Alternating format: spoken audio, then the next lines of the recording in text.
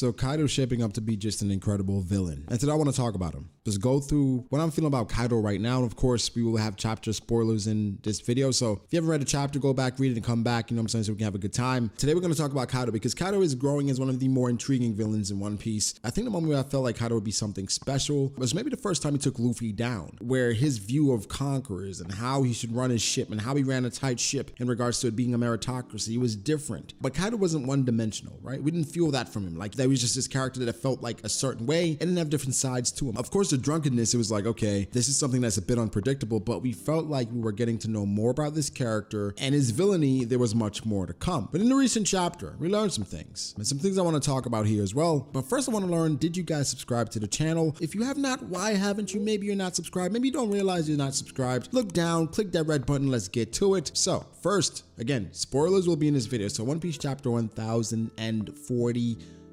Winners don't need rationalizations. This is a very important and impactful thing for Kaido to say, because Kaido's always approached things from a matter-of-fact standpoint in regards to strength. I mentioned that before. Strength seems to be the end-all, be-all. However, for Kaido, strength is not necessarily the backbone or the base of his being. You're probably like, what are you talking about, bro? You just said strength is everything to him. Well, for Kaido, you can tell strength is a crutch because of things that transpired in the past. Kaido said before, and maybe he's referencing his time with rocks, that once you lose, then they all leave you. So strength for Kaido seems to be the only thing you can fall back on, so he's very matter-of-fact about it. This chapter showed that. It's very black and white. Are you strong or are you not? I went back and I reread the chapter in which Luffy is falling down and Kaido says, it seems you couldn't be Joy Boy either. Where to me, it seems like the fact that Luffy lost to Kaido, he's like, well, it seems like you couldn't be Joy Boy either. Meaning, Kaido gave up on becoming Joy Boy once he lost, right? Like, okay, losing, he's equating actually physically losing a fight to not being this Joy Boy person or this Joy Boy character. Joy Boy has been built up in Kaido's mind as this grand deity that basically cannot lose. It's almost like Kaido is approaching this thing as if it's the swordsman title. If you lose, you don't have the title any longer. It's a very, again, black and white, straightforward approach to achieving your goals, which typically it's easy, it's simple for Kaido. He became the world's strongest creature. Land, sea, or air bet on Kaido, but Joy Boy, it's a lot more complex than that. From what we know, Joy Boy, the person who is to become Joy Boy, it takes a lot more. It will take a lot more. It's not simply just about becoming the strongest. No, this is not chasing the world's greatest swordsman title. But Kaido, if you've paid close attention, this guy has been going through his life, setting things up and putting himself in the best position to possibly be Joy Boy, right? We've talked about that before, we have. But just to go through a few things, I thought it was really interesting in chapter 1042 that Kaido mentions that he has future sight, and in a previous chapter, when Luffy barely dodged his Thunder Bagua by using future sight, Kaido didn't mention anything at all. He was just impressed. Like, okay, that's pretty good. Either way, there's something that stood out when I was reading the chapters because Kaido's saying he has future sight. So seeing Luffy use it to dodge his attacks is probably like,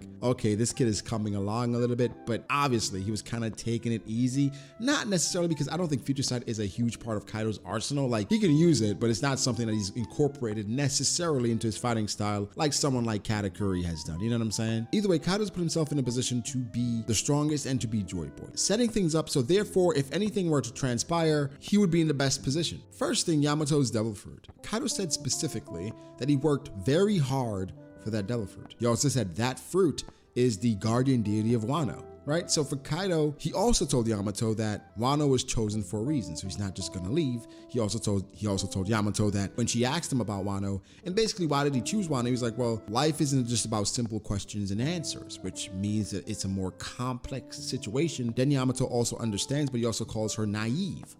Right? So he's basically saying Yamato is coming at this from a place of ignorance because she doesn't understand it, because it's not as straightforward as, oh, it just happened to be Wano. He chose Wano because it's Wano. And it's no coincidence here about Joy Boy and Joy Boy appearing in Wano. Kaido knows a lot more than we think. And the fact that he was going for devil fruits specifically relating to Wano, and he said Yamato was not the one that he wanted to eat it. These are things showing us that Kaido has a special connection to this place, but also strength is now paramount and over everything. As I mentioned in my review, Kaido has been dropping hints, somewhat talking about Luffy and his rubber, and that could potentially lead somewhere. We'll talk about it, but let's talk about the title of the chapter. Winners don't need rationalizations. This has given us a deeper view of Kaido's psyche, where Kaido's mindset currently is, where he's come from. He said the people of Wano are used to defeat. They're either weak pacifists or content to die for the sake of honor, quote unquote. They're just losers trying to cover up the stench of losing, or rather the stench of their failures. Luffy goes on and says, shut your mouth, the samurai are strong. And Kaido says, well, a brave face makes them strong. Winners should not need rationalizations. Which are you, winner or loser? Clear, plain as day, black and white. Now there's some truth to what Kaido is saying. We can all acknowledge that. Winners typically don't need rationalization. But in this situation, it's not as black and white. There are moral victories. There are victories that can occur even in death. Accomplishments, things you can do to sway certain matchups. Being a winner and a loser is not as black and white. Again, Kaido, he has this weird sense of strength and winning and losing in this box. And it's like either you're a winner or a loser. You have to pick one. That's what I go by. That's how I live my life. But there's so much nuance to winning and losing. If we go back to CP0 and how they spoke about Kaido and Big Mom and the chances of them being defeated by Luffy, you would think it's just about winners and losers. Whoever comes out on top, that's it. But for instance, if Luffy wins, but he's knocked out and he can't do much to protect himself, but the world government manages to kill him because Kaido's down, Luffy's down, and then they basically accomplish their goal by ridding the world of Luffy. How black and white is winning and losing in that situation? Who won? Who lost? The world government? What about between Kaido and Luffy?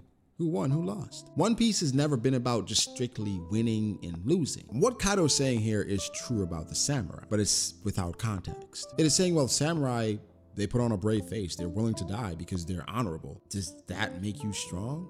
Sure. In some instances it does. Honor is not a tangible thing. It's a way of life. It's how you carry yourself. It's being dignified, holding yourself to a certain standard, which Kaido, I'm sure he would understand, because honor is something that wasn't at the top of his list when he was fighting Oden, but he valued it enough to kill the old hag. So it's interesting. He values honor because it hurt him enough to the point that he killed the old hag, but that maybe could have just been selfish. He wanted a good fight, and she stole that from him. But we know for a fact he respected Oden after he died because of how he lived, but absolutely because of also how he died. The influence Oden has had on Kaido's life, it is rent-free. It's gotten to the point that he's impacted his own child. Yamato wants to be called Oden. Yamato to the point that her being Oden, while having that devil fruit as the guardian deity, which seems to be destiny, right? With her being the guardian deity of Wano, it makes Kaido sick.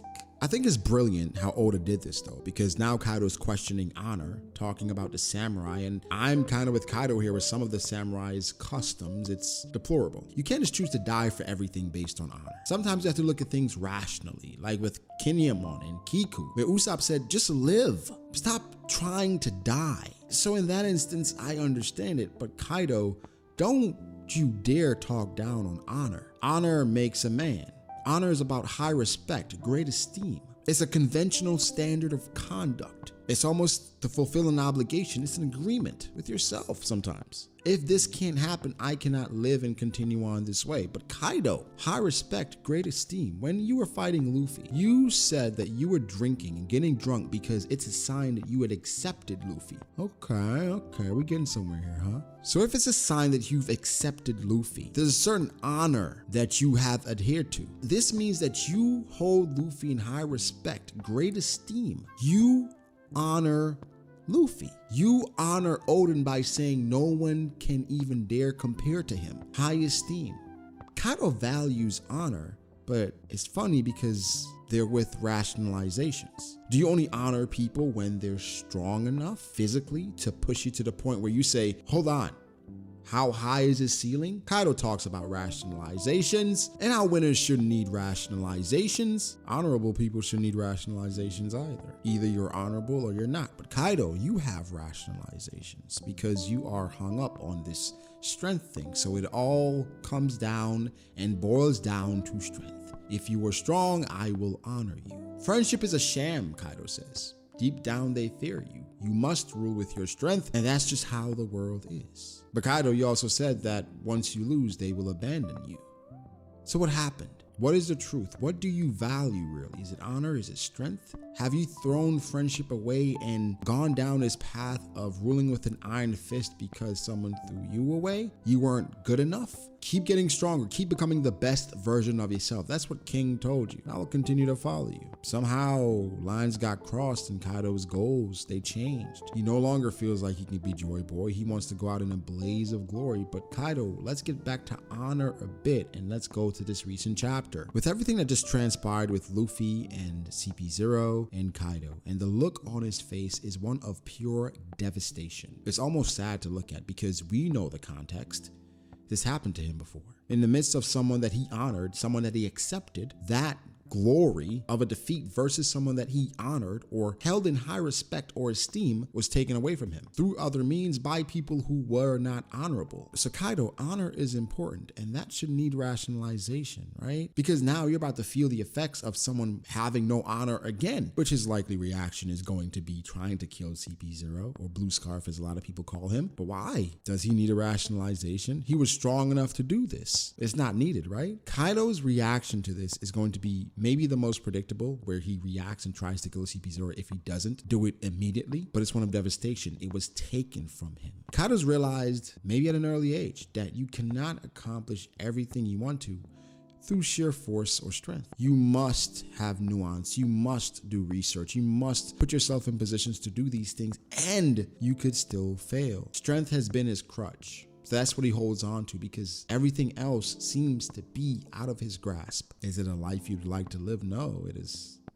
damn near torture. Everything you seem to try to grab hold of is out of your grasp. And when you finally think you found that tangible or intangible thing, such as an honorable battle between someone that you finally respect and hold to a high esteem, that is taken away from you by the same logic that you live by, honor and strength. If Oden was strong enough, that shouldn't matter. If Luffy was strong enough, that wouldn't be able to happen. So why does it matter now? These rationalizations are very interesting to me, but I love it because Kaido is an openly, and even through exaggeration, a flawed individual. I appreciate conflict, especially internally, within oneself, because that is real life. Every day we go through life and we struggle with internal shit. We think about things. We have highs, we have lows, we have concerns, we have excitement, we have things that energize us, things that puts us in a good mood, great mood, bad mood, terrible mood. We have goals, dreams, aspirations. We fall short time and time and time again, yet it does not matter because we go after it. We keep going after it. But at what point do you say, it's out of my reach, it's out of my grasp? That's what Kaido's done. He's given up. Now it's a different goal. Let's be strong. Let's rule everything. Let's fight. Because then I can finally feel something. And imagine how Kaido feels now. He's finally starting to feel something again. He's acknowledged Luffy. He's honoring Luffy by drinking. And yet again, this satisfying feeling, the point that he's having fun, is ripped from him by CP0.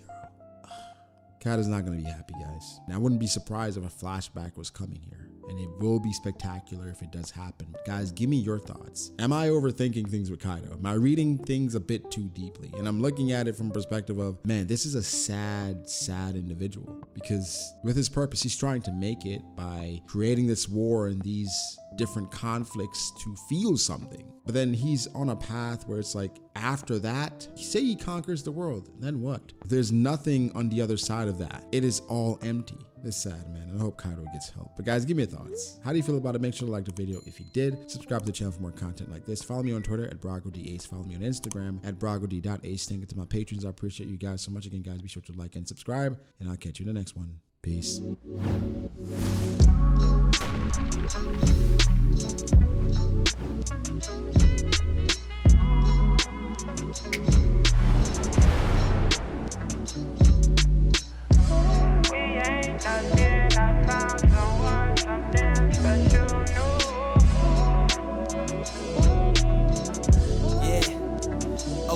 I start doubting me, I felt lost. I rewrite it.